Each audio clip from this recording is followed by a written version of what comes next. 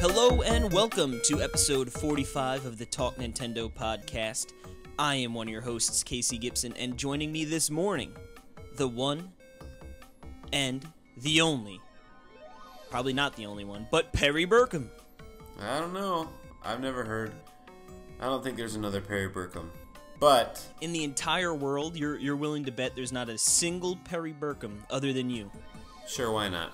That seems like a... That sounds like a real Jim statement. Well, yeah. But, yeah, you mentioned it is the morning, and so my voice might sound a little morning-esque. I'm sorry. I'll cough and make sure that I get all the stuff out during the recording. Yeah. There you go. Yeah, that morning goodness. Yes, we are recording bright and early on a Saturday, deviating a little bit from our normal Tuesday evening recordings because I will be moving this upcoming week, and Tuesday is moving day. And as much as I'd love to talk to Perry, ain't nobody got time for that on a Tuesday. Okay. But why don't you tell the good people what they got in store this week? Yes, we got 3 games we're going to talk about and what we've been playing. And then we're going to have the eShop roundup. And that's packed this week because I figured that because Splatoon was releasing last week that everyone held off. And so there's like, seriously, there's like seven games that came out for Switch. And then we got the news talk. And, of course, before the news talk, we have the YouTube Saloon. You can't forget Saloon. that. Yeah, we got to remember to say that one.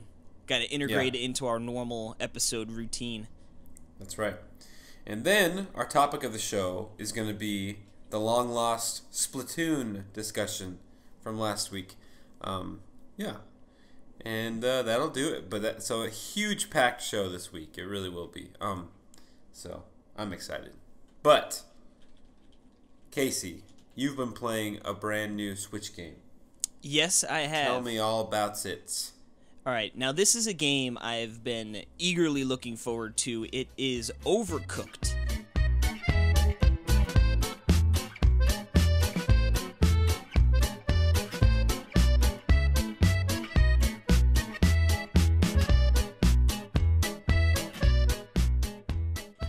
It was released, I believe, for all of the systems, but I know for sure it was released for PS4 earlier this... actually, it was probably at some point last year.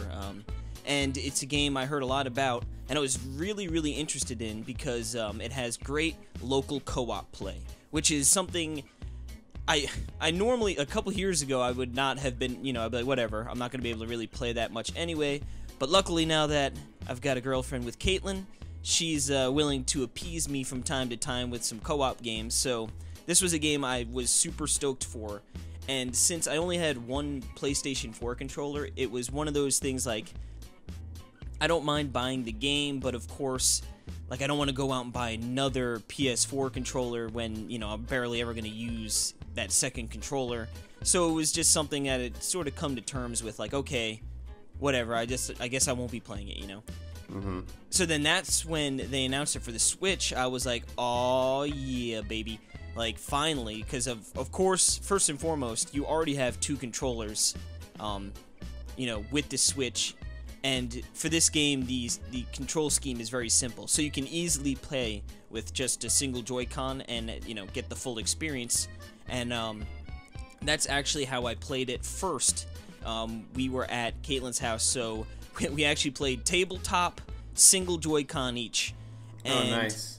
It works, but it's not the best way to play because, well, I'll get into that in a second. Let me just sort of give you a rundown of what the game is exactly. So, yeah. The game is, you go into these, like, it starts off simple, like you're in a kitchen, and it'll, like, orders will be coming up, and you need to prepare the orders and, like, send them out, and you need to do it fast, and you need to cooperatively do this. So, in the beginning, I think you start out with, like, a soup. So it's like, okay, tomato soup, and it's like you need to chop up 3 tomatoes, put them in the pot on the oven, and then they'll cook. Then you put it on a plate. Then you bring the plate over to like the area, like the little busing area where it would like get sent out to the customer, you know? Yeah. So it's a flood of that. So you have like, I think it might be like 4 or 5 minutes each map. They might fluctuate, to be honest. I'm not 100%. But it'll be like, all right, you've got a set amount of time, like do as much as you can. So you have a little bin for each little ingredient. So it'd be like you go to the bin, you grab it. So you grab the tomato, and like the kitchen has like obstacles. So it'll be like, oh, I could grab this myself and run to the chopping board, the cutting board, but like that's gonna take a little bit of time. Or I could like put it on this counter, and then the other player is on the other side of the counter, and then they'll grab it and bring it to the cutting board, you know? So it's sort of like you got to work with teamwork here. So to be like, I'm going to bring you the ingredients, you bring them up and start chopping them up. So to chop them up, it's pretty easy. You just grab it, go to the cutting board, and like you hit the Y button, and it'll chop it up, and it takes like a second or two. Then you would like go throw it in the pot, and it'll start to cook. And then when you have all 3 of them in there, it'll cook up, then it'll be ready. Grab it off of the oven, throw it in a bowl, throw the bowl out, right? So it's just sort of like you're going to have to keep cooking like that. But there's things you're going to have to worry about as well. You know what? What's up? It sounds like your experience with a certain 3DS Cooking Mama game might have helped you with this, huh? Yeah, it was like I was getting my practice in. This game's a little bit more fun. So there'll be other things you need to worry about. So when, you know, you only have a certain amount of dishes, so after you put 3 or 4 dishes out, then you're going to have to actually clean the dishes. So someone's going to have to go grab the stack of dishes, bring it over to the sink and wash it. And, you know, it's timing, so you got to sort of get into a really nice rhythm with your teammate to be able to, like, really pump it out. I'm sure there's a way to fail a level. I've not failed it yet, but you get like a 3-star rating. So it's either 1, 2, or 3 stars depending on how many points you get. Obviously, Gotcha. the more dishes you complete, the better the score is going to be. So it starts off very basic, like a basic kitchen, and you're just doing, like I said, soup. So it's like 3 of the same ingredient, right? Pretty simple, pretty easy stuff. But then you start getting into a little more challenging and difficult things, like it'll be like, all right, now we're making burgers. So what you're going to need to do is grab the meat, cut up the meat, throw the meat on the oven or on the stove to start cooking. But then now this is where you'll start to see different orders. You'll see a burger it's just a burger. So it's like you cook the burger, throw it on Just a bun. one burger. Yep, get it out. But then some of them will be like, all right, I want lettuce and tomato. So now you need to chop up those lettuce and tomato, put them all together, you know what I mean? And this, I like the burger levels, like I said, because it starts getting a little more complex. Like, instead of just like, all right, I need to keep chopping up tomatoes and mushrooms to make these soups, it's more thought process. Like, okay, I'm going to need 2 lettuce, and the one down the road needs a tomato. So while the meat's cooking, I'm going to start preparing those things, you know? And it really does utilize a lot of teamwork because the kitchen layouts are always different. Like, it's never just like a basic kitchen. You know, each stage cool. has its own little obstacles and such.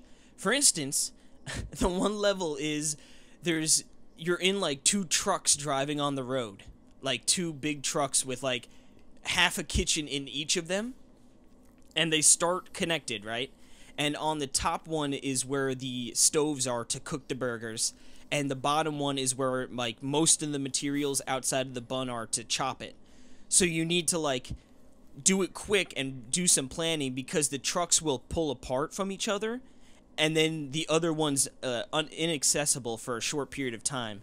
So it's like whatever you have cooking is just sort of like, if your order requires lettuce and you've got the burger and bun on the top, but you don't have the lettuce, it's like, I'm going to have to wait until we touch back down to be able to grab some lettuce to complete this order.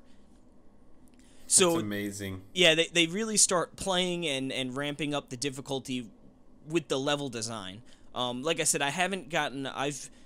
We've beaten the first world or set of levels. One dash. I think it's 1 through 6, and then it goes into like the second world. And I've done like 1 or 2 levels in the second one. So I'm not super far into the game. So I'm sure once we get rolling, the like how the burger has different elements of like some need lettuce, some don't, and whatnot. I think it's going to get to the point where there are going to be more complex, recipes that you're going to have to deal with, and just medium need more rare. Yeah, you can only cook it for a little bit. But that's also the thing. If you end up leaving an item, whether it's the burger or soup, on the stove for too long, it can actually burn, and then it's wasted. So it has like a little meter, and you'll see it just fills up until it's green, and then it's like a check mark. But then when you start to leave it on there too soon, it'll be like beep, beep, beep, beep, beep, beep, beep, beep, beep, beep, and then it can potentially burn if you don't get there quick enough. And that's it. And then you'd have to throw that away and start the soup or the burger, whatever you were cooking, over again. Mm-hmm. So it starts to, like I said, it gets difficult, and Caitlin is she tries. You know what? No, you know what her problem is? It's when you get to like the counter, like you need to be facing what you want to grab. Obviously, you know what I mean. So, as someone who's played games before, it's like, oh, I can just continue to run into the counter if I need to, and then just sort of slide a little bit, Where she like gets up to the counter, and then she tries to like flick the stick to get the character to face the right way, and then obviously that way you have less control and it's a little more difficult, Oh, yeah. So it's like I try to explain, like, no, you can keep running into it even though you're there, and then this way it's sort of easier to do a little tiny turn, while not completely messing it up. Right. She was getting better, but yeah, I think she needs a little practice. Now, I actually went back and played like on my lunch break the next day. And, like, there were a couple of stages we didn't get 3 stars on. So I was like, I'm going to go back and play the stages we've already played and try and get 3 stars. Mm-hmm. And when you're playing solo, you do still have 2 cooks. And just by hitting the L button, you'll switch in between them. And honestly, like, this game definitely shines the most when you're playing with another player. But I found it actually pretty darn satisfying to play just by myself. You know what I mean? It still holds up. So I know people, I'm sure, who don't have someone to play local co-op with are probably looking at this game and thinking like, I might be interested, but I don't have anyone to play with. But in my limited experience thus far, I could see myself playing this game fully through by myself and enjoying it. And I think so probably like Triforce Heroes. Where Triforce Heroes was a bummer, this game is actually fun alone, because I feel like half of the things, like when you're chopping things up, like there's a waiting period, you know what I mean? Like, and that character, you can't move him away from the chopping board. So, like, it's like, oh, I'm going to put him there and I'm going to take control of the other guy and just be doing something, So I think it works well as a single player. Like I said, maybe down the road after doing, 50 levels of it, it might not be as fun, but, as of right now, I don't foresee that happening. And honestly, I see myself probably playing most of this game single player, and then, like, having Caitlin jump in when she can occasionally. Sure. Now, before we wrap it up, one of the second level or second world levels that I started to mess around with introduced a very interesting thing where I think, like, it's got me sort of excited to see how else they're going to ramp up the difficulty. So, for instance, when you're making the soup, right, you need 3 tomatoes, and I've got one person on the cutting board. So it's like, I'm going to the other person, I'm like, line up 3 tomatoes, I'll grab them as, I'll grab one, cut it up, when I'm done with that, I'll grab another one. You know what I mean? Sort of like have them waiting for me there. Mm-hmm. Now, this level in the second world has mice that come out. So if there's anything just sitting around on the counter for too long, a little mouse will come out, grab it, and just run away with it. Do you have to clean the counter then? Nope, you just throw him in the pot, actually, and you make a tomato rat soup. I'm not eating from No, you don't. that restaurant. But, so, where it's like, in previous levels, I could lay out all of the stuff I need while the other person's prepping it. You can't do that anymore because the mouse or the mice are going to come and take it away from you. So, what is this, Ratatouille? Yeah, dang it. What's this, a Disney movie or a Pixar? I don't even know. But overall, I'm really enjoying it thus far. The only thing now with playing it on tabletop is that the recipes become sort of tiny. Like, they'll come up in the top left corner, right? And with the soups, there are always 3 of the same ingredient to make the soup. So that's not an issue. But when it's becoming with the burger, it's a little more difficult to tell, like, what each one needs, because it's sort of tiny. Obviously that's not going to be an issue when you're playing on screen, and when I was playing handheld it was an issue because I'm holding it pretty close to me. But when we had a tabletop and we're sitting like a little far away from it, that was sort of an issue. But I feel like generally speaking we probably won't be playing tabletop as much as either docked, or single player, which it isn't an issue. But I figured that was sort of a good thing to bring up as just a little aside. If you do plan on playing tabletop, it is a little difficult to see the ingredients. But otherwise, I'm really enjoying it. As you unlock more, or as you continue to beat stages and get good scores, you unlock new chefs, and they don't, it's purely cosmetic, but like, I've got like a little raccoon chef. I've got like this little, I think it might be like a fox or raccoon. I think it's the raccoon and he's in like a wheelchair, and I'm like, that's weird.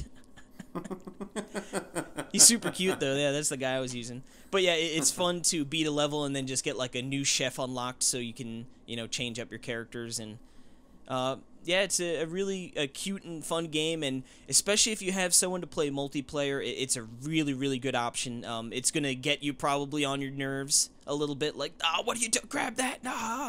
Those cooperative games where it's like, freaking, I'd get a 3-star. Well, I if it was wasn't for moving this. in with Kate, but then we played Overcooked. Then I realized she's just a dang old anchor holding me down.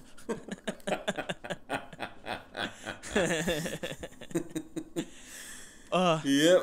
Yeah, but I look forward to continuing to work my way through Overcooked. It's a super fun game. Cool. Now, you've actually been playing a little something we talked about a couple weeks ago. One of the eShop Roundup games that we were like, wait a second, this game looks great, and no one's talking about it. Yeah. I have been playing Cursed Tortilla. I mean, Castilla.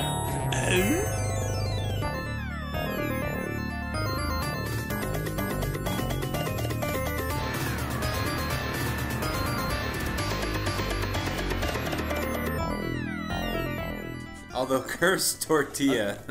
I don't, dude. I would probably eat that the would be an tortilla. amazing game. It's filled with rat meat from Overcooked. Gross. Wouldn't eat that. Yeah, Cursed Castilla. So this is the 3DS eShop game that it's like Super Ghouls and Ghosts or Ghosts and Goblins. Or at least I hope it's like Super Ghouls and Ghosts, because I haven't played that. And I can't wait to play it on my SNES Classic if I get it. Well, I got my European one. I hope that one holds at least. But yeah. All of our Walmart pre-orders got canceled. Stupid Walmart. Yes, Cursed Castilla. It is like an action platformer game. I mean, it's, for lack of better words, it's just kind of like Mega Man. Like, you go and you shoot, but instead of a Mega Blaster gun thing, you are a knight and you're throwing spears. So it's a lot like Ghosts and Goblins, from the NES, but it plays and it has really nice physics, and really smooth frame rate, and it looks like it really does look like it's a Super Nintendo game. It's really cool looking. Beautiful art, kind of like very reminiscent of Shovel Knight, where Shovel Knight is going for more of that 8-bit look, like highly detailed, but still 8-bit, Like I still feel like, Shovel Knight still doesn't look like it's 16-bit, or it's kind of like halfway, like 12-bit.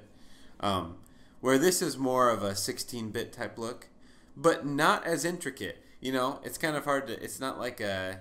It really does look like a Super Nintendo game. Yeah, like it could be of the era. Yeah, exactly. And so there's levels, and it's not. The thing is it's a hard game, but not really, because you have unlimited continues. It's funny. It's set up like an arcade machine, so the bottom touch screen, you can play this game by there's like a tiny little, because it's like the bottom is like the bottom of an arcade cabinet. Okay. And there's like a joystick and 2 buttons, and you can actually tap those buttons, the little tiny buttons, and use them in game. Like you can actually slide your finger on the stick. Is that how you're playing? No. No, I'm using the buttons on the system. But, yeah, so it has a really cool, it's made to look like the top screen is made to look like an arcade cabinet with a really cool designs on the side, and the game supports stereoscopic 3D. Ooh, so, yeah. That's nice.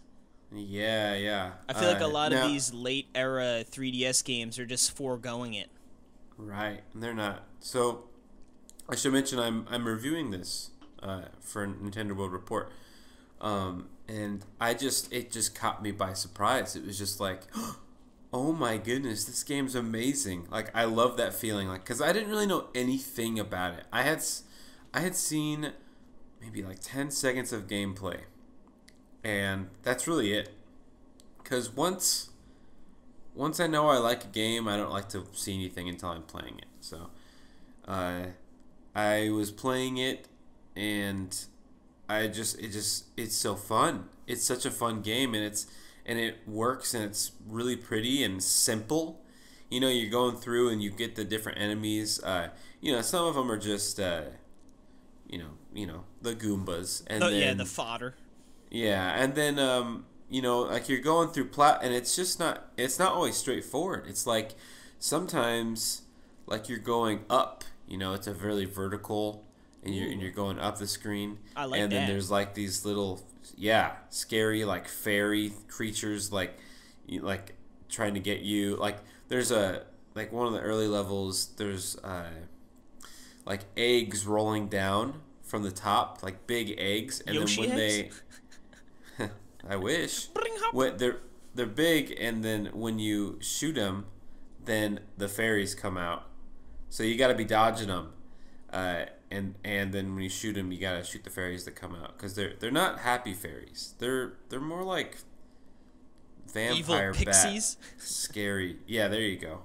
And then one part of a level, you're riding on a wagon with a horse, with other guys, and you are just the fairies are all attacking you from each side. Oh, no. And so you can't fall off or you're dead. And then, if you get hit 3 times, you're dead. And you can find health too throughout the level. It's your standard game. But the thing is it's so fun. That's the thing. That I love games like this, and I wish that they would make more, because it's a solid platformer, solid action mechanics with really nice enemy design, not just artistically designed, but just gameplay design. The enemies work well. You never feel cheated. There's kind of there's a knight. There's a kind of what the skeleton Koopa. What's that called? Oh, Dry Bones. Dry Bones. Yeah. I'm thinking of like the old skeleton Koopa. well, I'm getting mixed up with my Zelda. I'm thinking of Stalfos and stuff like that. And I'm like, now what is the Mario one? Because there's so many similar things in Mario and Zelda, so I can never. Yeah. So basically, that where like you hit them once and then they fall into into their like a pile of the armor, and then. But it's really cool because it's not timing based, so they will stay in that pile of armor. And then once you walk past them, then they get up. They pop back up. Yeah. So, I mean, they have really cool ideas like that. And it's just, it's great. So, here's the thing is I wish that I knew more about Super Ghouls and Ghosts. Because I've heard something about the jump and how the jump is weird. And in this game, the jump's not weird. It's a nice jump. So, it's really cool because you'll get upgrades to your weapons throughout the levels. Like, I was playing a level, and I found a treasure chest, and I unlocked double jump. And I was like, oh my goodness. Wow. That's like a game changer to it, I imagine. Yeah, I was like, heck yeah. Now, it wasn't a permanent thing, Oh, okay. But it was really like temporary. It's really fun, yeah. Now, who knows if they're... I'm not early... I've been playing Splatoon, so I haven't had a lot of time to play this game yet, but... who knows if you get permanent stuff? I don't think you do. But the way it works is that it's like a score, like it's like an arcade game, and if you hit continue, you just lose your score. But you can keep playing the game. Oh yeah, so. I feel like a game like that, like the score is arbitrary anyway. It's like I just want to beat the game. I don't really care if I have a ton of points or not. Unless you're like a hardcore game player, and then that's where unless you're a nerd, it's good for both. Unless you're a big old nerd. Yeah, but I will finish up next week. I'll talk about it on the podcast next week. I'm really excited to play it. It's really crazy just all of a sudden having a really fun game on 3DS that I had no clue came out. I would recommend it just off my impressions now. I would totally recommend it. It's really good quality. I mean, it's like up there with Shovel Knight, Like, I mean, it's not, I don't mean to throw that around. But yeah, it's just, Shovel, that's high praise. But no, I get what you mean. Yeah. It's in the same ilk, and, like, it's done well. It's a done well retro style. Yeah. And the music. Game. Which hopefully I can find their music. It's so good. So good. So you have been listening. You would have heard it. It sounds just like from that era. Really cool though. Really cool, kind of spooky castle organy, but just kind of weird music. It's hard to explain, but definitely case listen to the music when you get a chance. I certainly will. And this game is what I'm checking. It's $11.99 on the eShop. So for those interested, looking for some retro goodness. Yeah. It's a really nice looking game. Really nice playing game. Highly recommended so far. But for my final impressions, next week you will hear that. But next game we're going to talk about, we mentioned last week, and it's one of our lost. It's the first lost mystery history, which we talked about. Probably is okay because it kind of got fudged up a bit. Casey screwed it up because he's a big giblet head.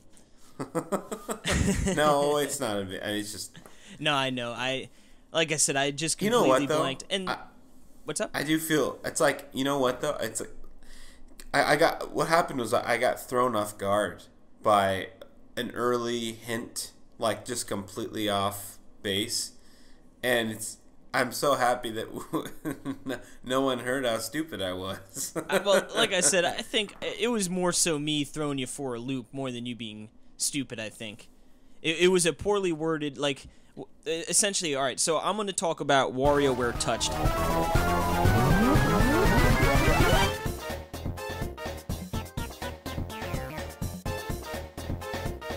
And one of the hints was essentially like the WarioWare series sort of like riffed on like Mario Party's mini games and like transformed them into micro games. So the hint was sort of related around that, but it was just really poorly worded because like at first I'd worded it like this game, sort of riffed on another popular Nintendo franchise and like created a new genre. But then like I was like, well, this isn't really the first WarioWare game, so it's not like this game per se was the one that did like the innovative thing, like, you know what I mean? So then I tried to reword it to sort of like articulate that, and then it just got sloppy jalopy, and yeah, it was no good. But it's okay. Anyway, yes. So I've been playing. Well, then be happy we lost it for your sake. Oh yeah, no. Now I don't sound like an idiot, except for us explaining that I sounded like an idiot. Yes. So I picked up this game. I picked it up at launch, so I re-picked it up for probably the first time since then. And I went back into it, and I was thinking originally, like, I'm going to start fresh and just sort of work my way through the game. But there's only one save, and I had everything unlocked, so I was like, you know what, I'm just going to go just bounce around and play the different mini-games. So when you pop open the game, it almost sort of reminds me of, like, the Mii Plaza, where it's just, like, you've got, like, all these characters just sort of walking around this little area, and you can click on them. And, dancing. Yep, and then when you click on them, you know, you have your option to play their games, and they each have sort of like a set style of game. So there's like I don't remember the character offhand, but it was like, all right, like more circular motion, like mini games. So like rotate things and whatnot, and like there's more like, oh, you're gonna be more focused on like slicing things or something like that. Those were fun. And I went and I played some of them. But what was annoying about that is the beginning is pretty slow. So for those who haven't played a WarioWare game, I'm sure most people have at some point. But they're micro games, so they're just very simple little games that take like 5 seconds to do. They start out at like a pretty normal pace, and then it works its way up to the point where it gets very frantic, and these things that are super duper simple to do become a challenge because you need to register exactly what you need to do and then do that action in a very, very short period of time. So when you're doing these other ones, it's like it takes a while for it to get to that point of it being difficult, and I think that's good for the first time you're playing it because you've never seen these games, you know, so it gives you a little more time to process what you're going to need to do, and then by the time you get to it being really, really fast, you sort of have your head wrapped around exactly what's going on. Right. But, you know, it would take a couple minutes to get to that point, and, you know, while enjoyable, like I said, it would just be like, man, I wish I could sort of start out at this being quicker, you know?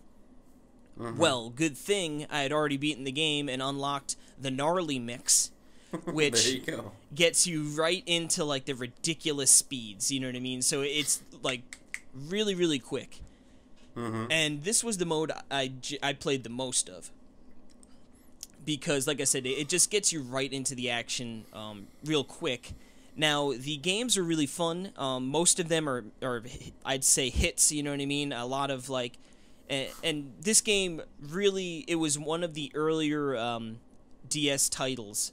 I know the DS launched in November 2004, and I believe this was like a February game of 2005 or March, you know what I mean? So, like, within that first 6-month window. So, yeah, you know, very early title. So, as most early DS games were, they really focused on using the system's unique feature set, you know. Very touch-based. I mean, obviously the game is called WarioWare Touched, so you know there's going to be a lot of touchscreen and stylus work. You know, they integrate the microphone games, blowing into it and whatnot. So, very heavy on that, and it generally works really well. But God, those... I hate the microphone games. Because it, like, most of the time, you know, like, when you're doing the slower paced, it's not a problem. But when you're in that gnarly mix, and it's going really, really quick, and, you know, you're sort of like, oh, God, it's like, what's this game? Oh, I need to blow into the mic, and then by the time I, like, get the mic up to my mouth to blow on it, it's like, oh, you already lost, you know? And it's like, ugh. Yeah.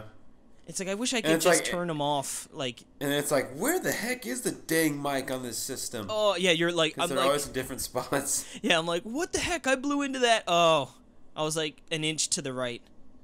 Whoops. And like there were, sometimes it worked, like it wasn't a big deal. But like there was one game no matter how many times I got it, I never beat it, and it was the guy was playing I think it was a trumpet, and like there was 2 lines of music, and I guess you would just blow into the mic and it would play the music, I guess. But every time I'd blow into the mic and he would just play it so slow, and then he'd be like, nope, and I was like, ugh. And like, yeah, I know exactly that one you're talking about. And in these mixes, you get 4 lives, and then, or like, 4 mistakes, and then you're done. So I remember when I first started, I was like, God, my record was 52 from back in the day, and I was like, God, how did I get 52? Like, I'm getting like 20s right now. Back then, you weren't a gym brony. Yeah, I'm a big old gym now. I was able actually to get to 48, so I almost got back up to it. But pretty good. But yeah, I mean, it's the micro games. The mileage may vary, on how much you can play these games. I think if going through it unlocked, I would totally play all the way through it. But having like everything unlocked and just sort of bouncing around, like the games still hold up. Like I said, the mic games I wish I could turn off, but not ultimately a huge deal because they are, compared to how many other mini games there are, like they're few and far between. Right. So it wasn't that much of a killer, Yeah, I mean, the mic games, I feel like the concept back then, the concept sounds great. I love that idea. Like it's funny. It fits in with WarioWare. It's wacky, weird. If anything should be, but then it just ends up in execution being just not good and poor. Oh, yeah. And it's just like it doesn't work. Like if it worked, it'd be fine. If I could actually blow and it would be, and it would work on the mic and the screen how it should be, it would have been fine. I wouldn't have minded. It fits in with WarioWare to me, like wackiness, kind of like that, like the DSi game, like using the camera, which is when that works, it's really fun, but that works like 25% of the time. But with WarioWare Touched, I feel like what made this somewhat of a disappointing game was the lack of multiplayer in the game. Yeah. Now there are single system like multiplayer games, like mini games, but with the wireless capabilities that the DS had, and then having the Mega Party Mix GameCube game out and being that, like the multiplayer is absolutely amazing in WarioWare. And I feel like they could have had the coolest ideas with download play on DS, and I feel like it was rushed to get it out because they needed software in that early DS drought. And then they also had the Twisted game for Game Boy coming out after that, which is a superior game by most people. I mean, the quality of the games are pretty amazing. Not that I'm saying that. I hate saying that. I just mean that Game Boy game is amazing. Not that DS isn't. The quality of the DS Touch games are fantastic. No, I get what you're saying. The mic ones, I mean, but I think, like you said, I think they were more focused on 2 things. We need to get this out pretty quick, and it really needs to be focused on the DS's new capabilities. So that's where I think, like you said, okay, multiplayer, that's not a huge deal. Let's, concentrate on really ramping up the different touched base games and such, and give people, like, a reason to pick up this new system with all these unique ideas. So, like, yeah, right. I could see them, like, maybe thinking multiplayer, but then being just like Game and Wario. Yeah, like, we can worry about, like, multiplayer, like, in a different title. Like, you know what I mean? Like, that's not important right now. What's important is working on these features. Right. And WarioWare DIY had the killer multiplayer feature, which is share your own creations with other people. So it's a different kind of multiplayer, but, I've never been more obsessed with playing with my friends than any other game. than with DIY. I mean, in that sense, like it's kind of a cool idea. So they never really. And then Game and Wario is the ultimate return to multiplayer, just like the original Mega Party games, but it's like a spin-off, of the idea where there's bigger mini games, but it doesn't feature that core WarioWare gameplay, except for 9 volts. Hide the video game from your mom game, which is fantastic. And Game and Wario is one of my favorite Wii U games, and it's a staple that I bring out every single time. Can I tell you something? Yeah. I've never played Game and Wario. Yeah, I'm wondering why. I mean, you didn't have a Wii U, right? I mean, you never played Nintendo Land. Oh, no, I played Nintendo Land. But not a lot, though, right? I never got, heavily invested in it. But no, I've never once played Game and Wario. Well, I mean, you don't really play multiplayer games in general. Yeah, generally speaking, I definitely tend to play single-player games more. Just because, like I said, most of the time it just was due to not really having anyone to play with. Yeah, having no friends doesn't really help. Being a big loser. Single-player games really speak to me more. I think there's a lot of people listening to this that might agree, including me. No, I mean, honestly, generally speaking, I do enjoy single-player games more. But I think but that's the thing. I think it's because I've just been so used to it. So then, because when I think of some of my favorite gaming, like Triforce Heroes, when we played that whole experience of us getting fun. 100%ing it, that is one of my favorite gaming experiences of all time. Now, is that itself one of my favorite games of all time? Probably not. I really enjoyed it. It's a great game. But, I think I had more fun us all working together and overcoming those things. So, that's why I really shouldn't sleep on multiplayer games as much. And, now that I have a set of people, if it has online play and we can go play over Skype, that's more my cup of tea. Right. And, now that, certain games, I'm not expecting Caitlin to play, some more hardcore multiplayer games, but a game like Overcooked where, and Snipper Clips where it's the idea is pretty, the idea is easy to see what you need to do, you know what I mean? And the control, especially Overcooked, the controls are very simple, it's only a couple buttons.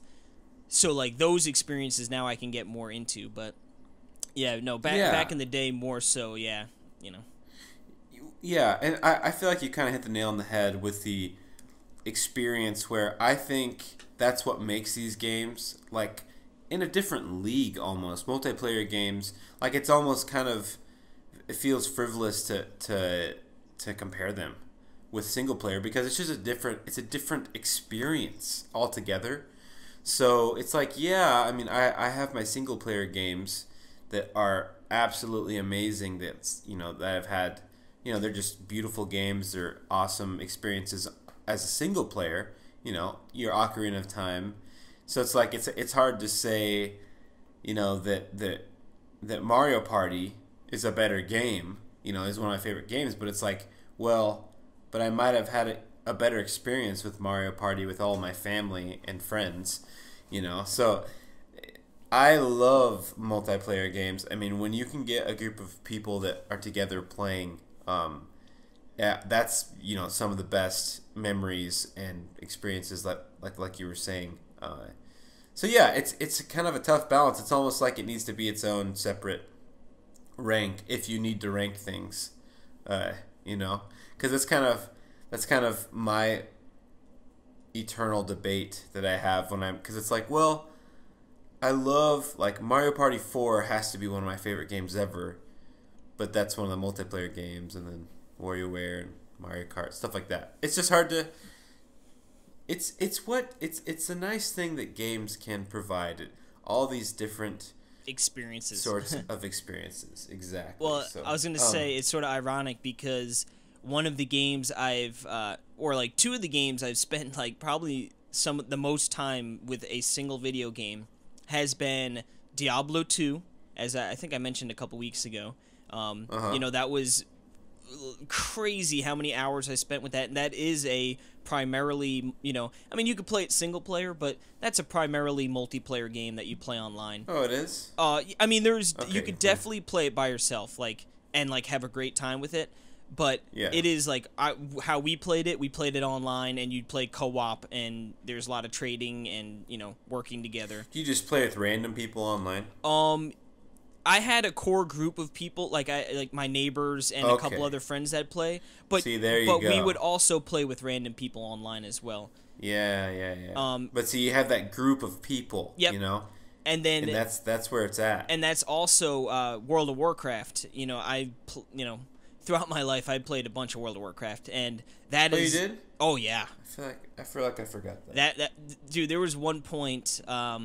I was in a pretty high-end raiding guild. Nerd. Oh, for sure. Dude, we raided 5 nights a week for 5 hours at a clip. I was hardcore into it. We were really good, though. We were like a top 50 in the U.S. 10-man guild. One of the bosses, we had the 9th kill in the world. Now, granted, he was a pretty easy boss, and we just, I guess, got there first, you know? Or 9th, I should say. But it was still pretty cool to be like, yeah, we got the 9th kill in the world, you know? What's good, dude? Nerd. But I think that's also, like, when I think back to that, too, I mean, obviously, like, I had a lot of fun beating the bosses and stuff, but it was working together, and I remember we actually ran a guild, so it'd be like, I would remember I'd be at work, and I'd be, like, texting some of my friends, like, oh yeah, we got to do this, and like, oh, tonight's gonna be great, and then like it'd be like hyping us up to get to the raid tonight, and then actually doing the raid, like, oh, WoW has been some of, again, my most precious gaming moments, you know, and memories. Yeah. And like you said, most of that stems from just like, oh, like I'm hanging out with like a bunch of friends and buddies, and it's the power of friendship. Exactly. And it's like I've made a couple buddies from WoW that I'm still friends with today. Like my one buddy Evan, like we've hung out and gone to Jets Patriot games together, and it's pretty cool. Nice. But well, yeah, there you go. Yeah, that's pretty much WarioWare touched. I guess no multiplayer. Yeah, no multi. Yeah, we got into this big multiplayer discussion. I guess like I just wanted to touch on a little bit before we wrap this up here, and this was a question I posed to you the other day via text, and I feel like we didn't really get to discuss much of it, so I thought this could be a good jumping off point. 1-2 Switch. We saw last week that it's actually sold exceptionally well. Now, do you think it would have, like, obviously it sold well, so, I mean, you can't fault it or be like, oh, we should change something, but had it been, you know, put in a WarioWare wrapper with WarioWare characters instead of, like, real people, like, video of real people, do you think it would be, like, I don't want to say sell better because it sold pretty darn well, but, like, do you think it would have been, better received? You know, like, do you think there'd be more buzz around it if it was WarioWare Switch and, you know what I mean, it was all these mini games based around, like, the WarioWare franchise, even if they were the same exact games? Well, it's funny that you mentioned 1-2 Switch in, like, this last week, because I was at work, and and there was, sometimes people get, like, different staff have a different, like, meetings, and they get donuts, and they leave donuts for anyone to grab. And donuts are my one weakness in life. I'm a diabetic, but if there's donuts, all bets are off. Screw it. I'll be all right. I'm just kidding. But I'm kind of half kidding. I'm going to send you like 8 boxes of donuts of like, Casey was charged for attempted murder. But anyway, so like, you know how some boxes of donuts have like a clear top, so you can like a window, like a plastic, so you can kind of see all the goodness different inside. Kinds of donuts. Yeah. Well, this one I came later to work, later shift, and I saw there was a donut hole in there, you know. So I was like, ooh, donut, and I picked up the box, and it rolled, and I was like, oh, there's more than one donut hole in this box. So I was rolling them around, and they were rolling around inside the box, and I was like, how many donut holes are in this box? And I was like, thank you, 1-2 switch. I'm a pro at this. And I figured out, I am a pro, and I figured out that there is 3 donut holes rolling around in the box. Now the real question is, how many were left when you were done with it? Well, I think we all know the answer to that question. But let's just say you could tell how many were in there if you've never played 1-2 switch. Yes. Now, I think this is a great analogy for what WarioWare would have done with that game. It would have been how many donut holes are in the box. I experienced it. I could totally see Wario, or how many onions, or something, or garlic. I mean, garlic are rolling around there. But yeah. So to have WarioWare tied to 1-2 switch. Now, the thing with 1-2 switch is that it just doesn't feel like a full experience at all. They could have done systems to set up some sort of point system, but you just kind of play, and it's just like, that's it. Yeah. And there's nothing fulfilling about it. There are a few games that are really cool that we played, and we played a bunch of 1-2 switch at PAX in the hotel. But there's like the HD Rumble games are really cool. And that would have been, great WarioWare stuff. So that's what makes me think they have to be making some sort of just like a 1-2 switch, but for WarioWare, and like the safe cracking and the ball, in the box thing. Mm-hmm. It just seems like a good fit, Like, I'm surprised they just didn't do that. Yeah, and I'm just wondering. Here's the thing. The last thing they made was Game & Wario, and that didn't really go over that well. It might have been because it was just Wii U. But they haven't made a full WarioWare game yet. So making another spin-off that's half-baked, that I don't know if they wanted to tarnish the name, maybe. Like, that could be. Because I feel like even if WarioWare, I would definitely like it and enjoy it more, just because WarioWare and Wario are my favorite. But I still would think the game feels very empty. So,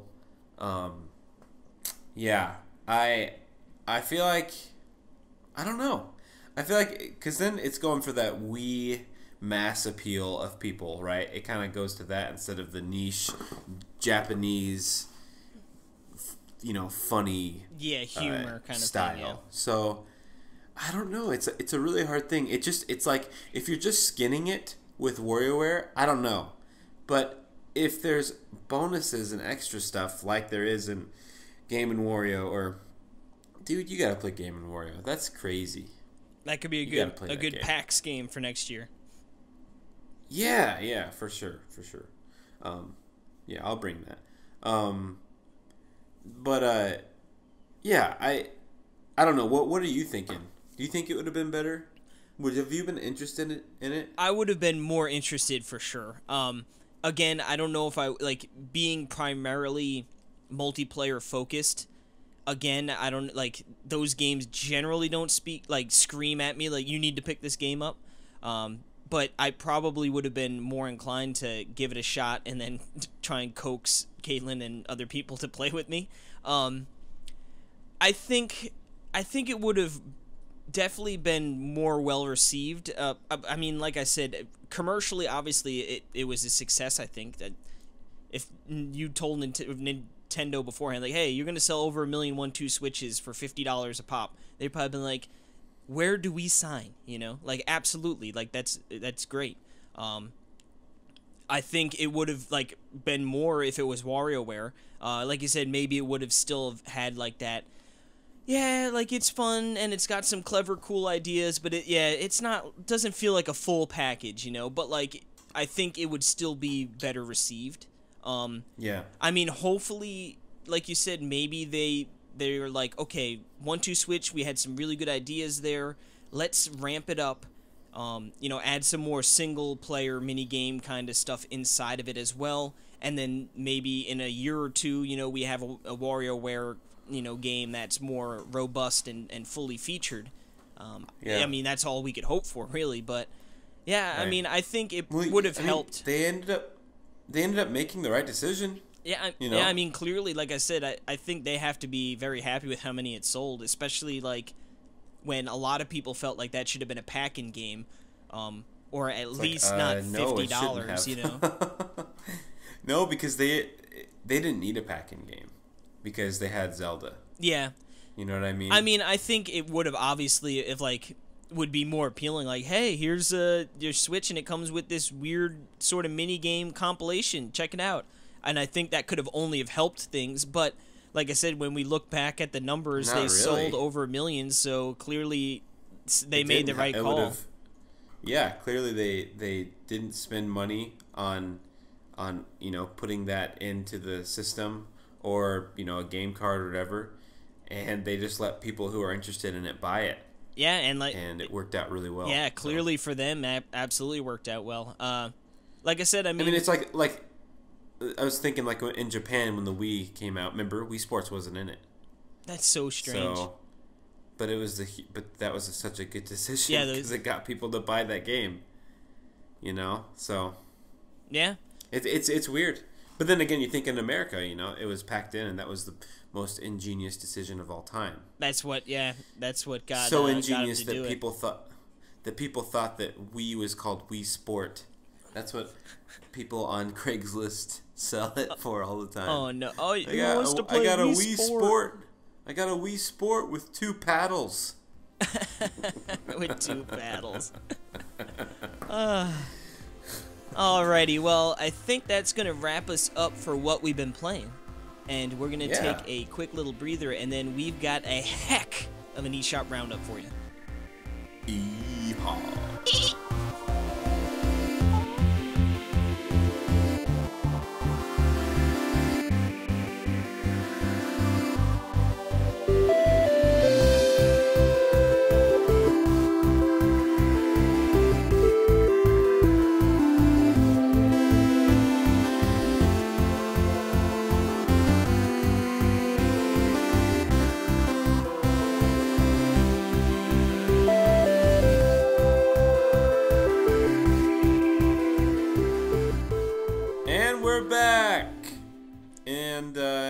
It's time for the eShop Roundup.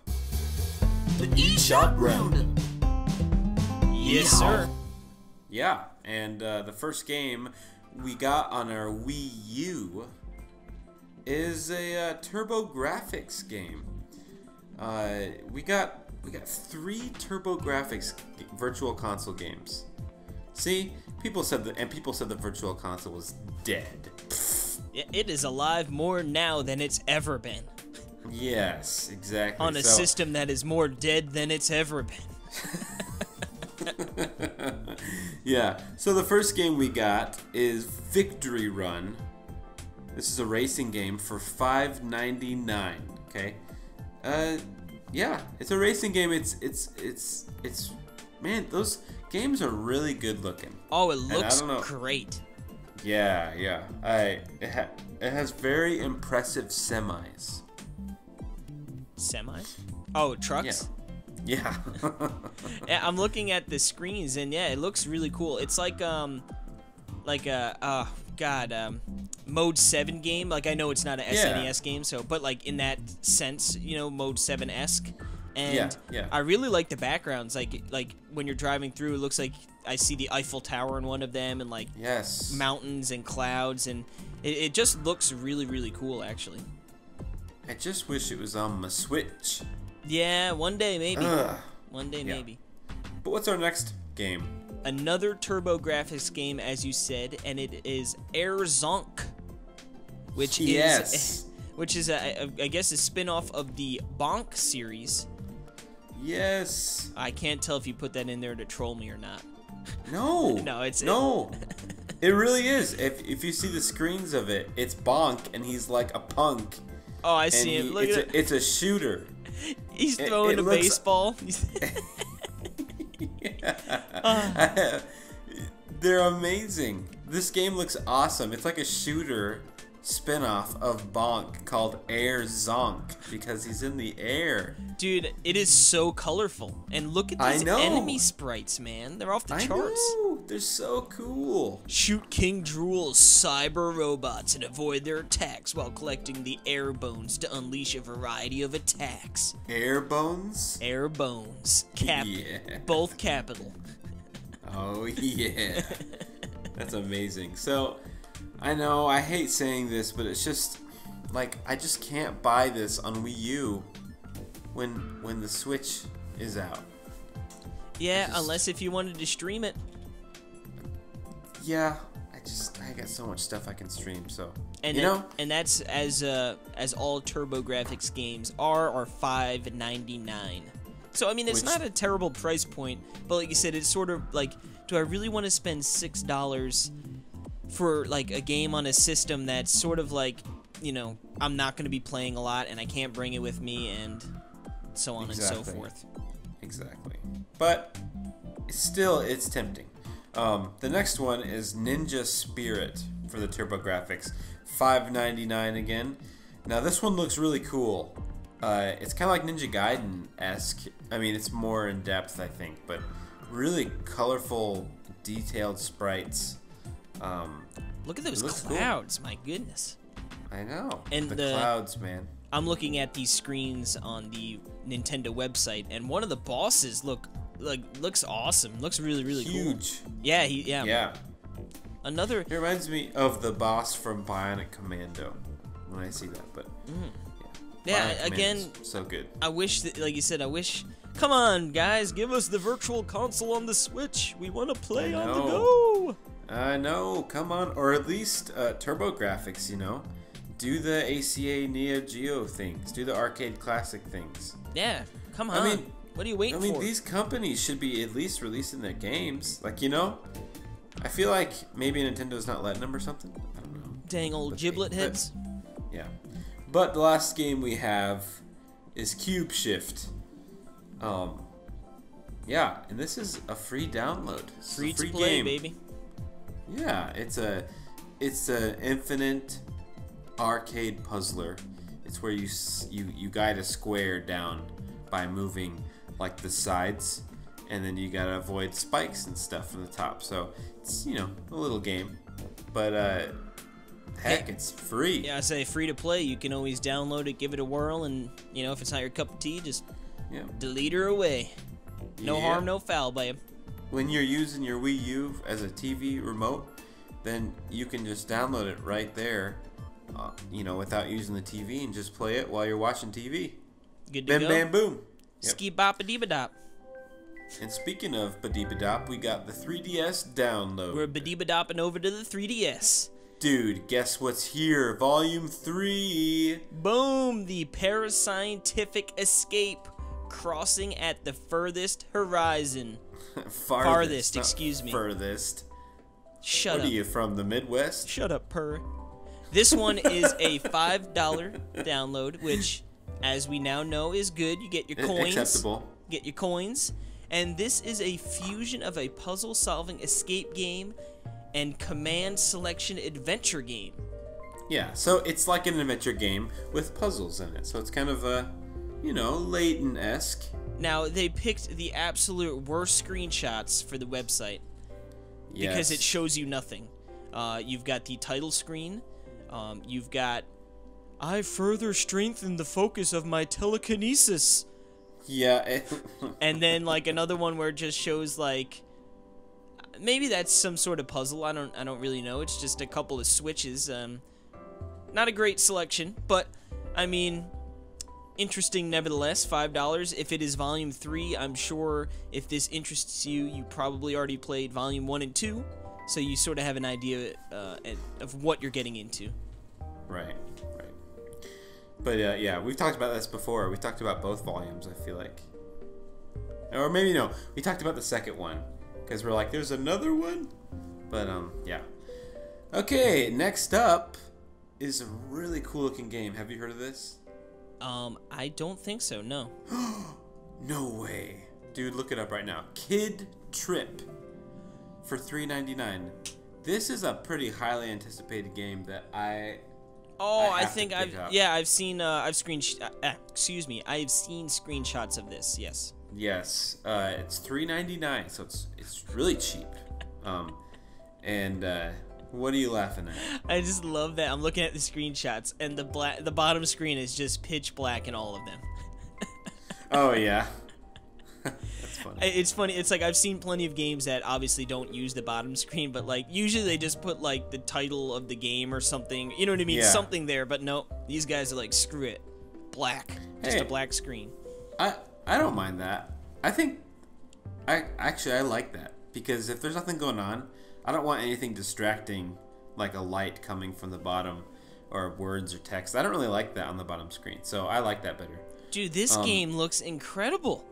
I know, it's a runner. Okay. So okay. It's not just a normal platformer. It's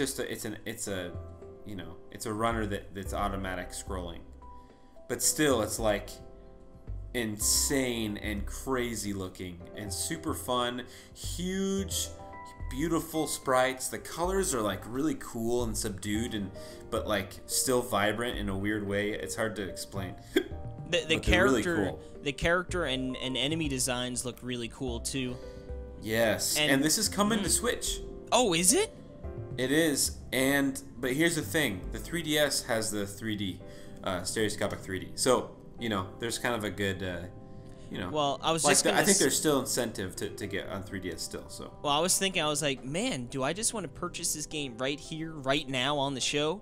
But if it's coming to Switch, I'll wait. Just because I've got so many other games I gotta work through right now, I don't need another one on top of it. But no, that game looks really, really Kid cool. Trip, baby. Yeah. Now the next game on the docket here we have for the old 3DS is Swipe. Yeah. This is a $1.49, so a nice little bite-sized game where you need to collect the black dots. Whoa. Let's not get too exciting here. Now, this, I guess it looks just sort of like a little puzzly type game. Move up, down, left, right to avoid the oncoming black dots. Collect as many crystals as you can to get the high score. There you go. So, you don't actually want to collect the black dots at all. You want to avoid the black dots and collect black dots. The crystals. Pretty cool? Well, you gotta collect the crystals. Yeah. Big money, baby. Now, the last two we have are the pretty big 3DS titles. First one, Hey Pikmin. Pikmin! Yes, this is the game I reviewed for Nintendo World Report. I gave it an 8. It's a really, really good game. I really like it. Hey, you got this game, right? Yes, I did, and I want to apologize to everyone. I said I'd be talking about it this week. But since we are recording a little bit early, I haven't actually gotten around to playing it yet, so I'll probably... we're recording super early. Yeah, I'll probably dive into that probably sometime this evening, but, it's one of those, like, I'm definitely excited to get into it. I got my little Pikmin amoeba, and I'm ready to get into it. Oh, yeah, I don't even have that.